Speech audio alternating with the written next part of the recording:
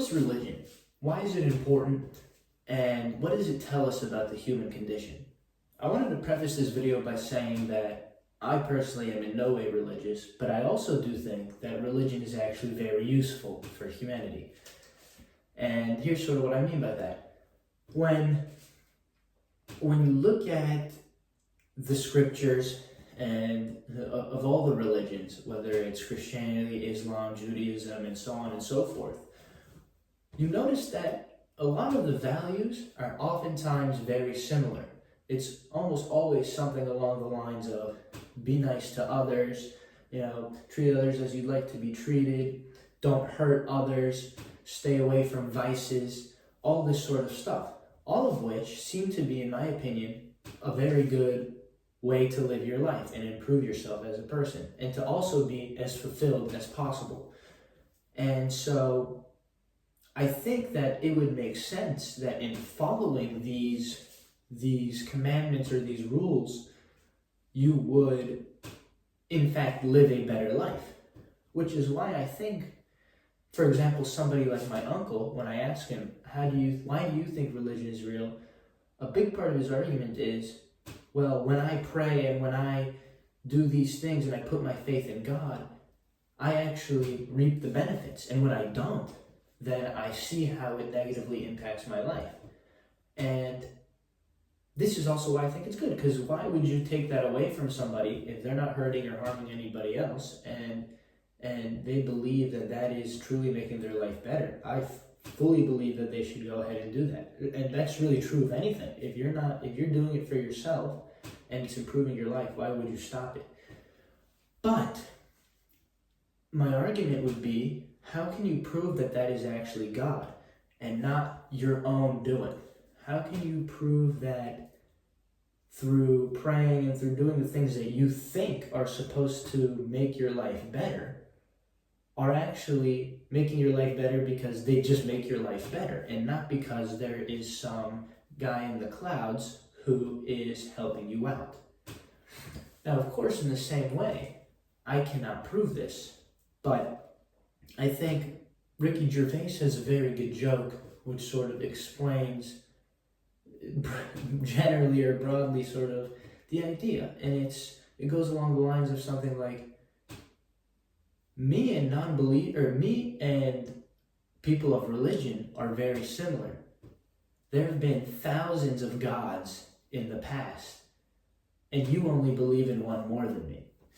And it's sort of funny because it speaks to the fact that there have in fact been so many religions and so many different faiths, and actually Islam and Christianity and Judaism, the main three religions, have only been around for a couple thousand years. There have been tons of religions before this. There are other religions right now. How can anyone prove that theirs is correct? And to me, the logical fallacy and sort of the problem with it is, I feel almost wrong trying to convince or say that I know how the world has been created. And I think there is no way to know.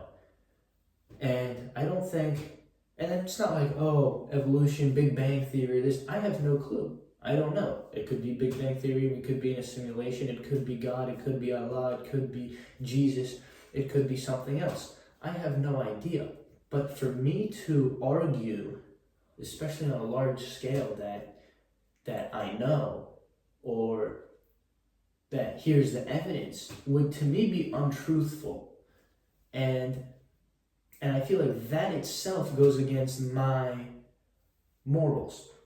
And so I feel like praying to something in that way is not morally justified. Now, I will say it is interesting. And once again, like I said, I think religion is good. And it's interesting, you look at dictators. What's one of the first things they do when they try and run a country? They get rid of religion. Why is that? I think a big part of that is because religion teaches very good values, as I said before. And I think they push community and actually, most importantly, and this is where I think the genius in religion is they push a unity that can't be broken by anyone on earth, because the higher power is somebody up above, up in the clouds, someone that cannot come down to us unless they are someone of like Jesus Christ who performs miracles. And so the point is, it's interesting that I think with the historical context of especially the most popular religions where they come from, I think there's a level of genius to it, because imagine you are ruled by kings and monarchs and dictators and people who also pose themselves as gods and say that they are gods, or ruled by the church, for example. Imagine now if you create a higher power that supersedes all of that, that it is no physical being, it is no person, it's something that you have to believe in that cannot be shown to you. Well, now if you actually believe in that, your spirit can't be broken other than by yourself, and it's only your choice. And so there's no one who can influence you and make you sort of be different, because your faith is in something bigger than that. And I think it creates this community and this sort of, like I said, faith ultimately is the word, because the idea of faith, in my opinion, is it's unprovable. And that's why it's called faith, because you have to blindly believe in it. And so in that way, it creates sort of a protection against dictatorship and superpowers and people who try to take advantage of groups as a whole, because religion specifically has good values. And also, you could say there are a lot of religions, but here's another interesting, I think, idea is what separates a religion from a cult. I think Joe Rogan may have said this one time, but it's sort of the idea that a religion is a religion because it stands the test of time. It keeps people together and advances society, which almost must mean that it's useful. Yet there are tons of cults and other religions per se, but I think they're considered cults because they're not useful, and actually the values are negative in life. And so the reason these religions are, once again, useful is because they actually provide values for humans to improve their lives. And I think when you see the power of that, it becomes very easy to get behind religion. But like I said, ultimately, for me, it's not something I can do, at least certainly not yet, because I haven't seen anything that is undeniable proof of a higher being. And ultimately, I don't know if that's ever possible. Maybe it will be, for me at least. But just because you feel better when you pray, or you think that someone is helping you, or maybe you even have visions or feel this or that, is not necessarily proof. It's at best anecdotal and sort of, and I think as I said, is it speaks to the human condition, how we are able to believe the things that we want to believe. Why is it that someone born in the U.S.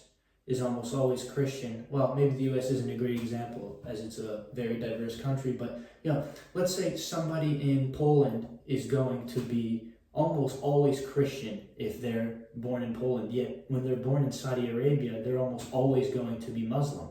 And if they're born in Israel, they're almost always going to be Jewish. Why is that?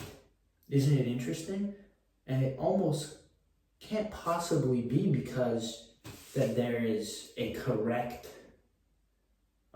religion. It seems to me that it's a part of culture and a part of belief that that stems because that's what you were taught from a very young age. To me, it's sort of like Santa Claus, except with Santa Claus, everyone tells you that it's fake after you're 10 years old. But with religion, no one says that, and so many people believe it that it becomes the truth. And I think maybe a good example of this is maybe not exactly the same, but the idea that people can prove to themselves that something is going on when it's not is there's a great study where people go into interviews, and half the people go into the interview with unscarred faces, like totally normal faces, and the other half goes into the interview with completely scarred faces. However, and both of them know who's who. However, the 50% that have scarred faces get asked to be touched up with their makeup before they go into the interview, right before. And what they don't know is they actually erase all of the makeup. So everyone is actually going into the interview with no scarring. Yet the 50% of people who thought that they were scarred claimed that there was a significant amount of prejudice against them because they had a scarred face. And yet they didn't.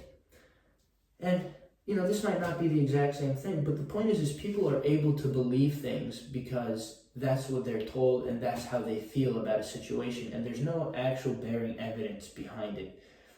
And so I think it's interesting how ultimately everyone is like this, and everyone chooses things and does things almost in this way. And this is why I think, however, religion is good, because it happens to be a thing that if you do believe in and have faith in, it's actually quite useful. And so, this is why I think a lot of philosophers say that a world without religion is a world that would burn. And I do think there's some truth to that. And let's put it this way. I certainly would urge everyone watching this to read some sort of religious scripture if they're struggling in life, because I do think that even if you don't find God, there are a lot of very good values in them that will certainly help you become a better person.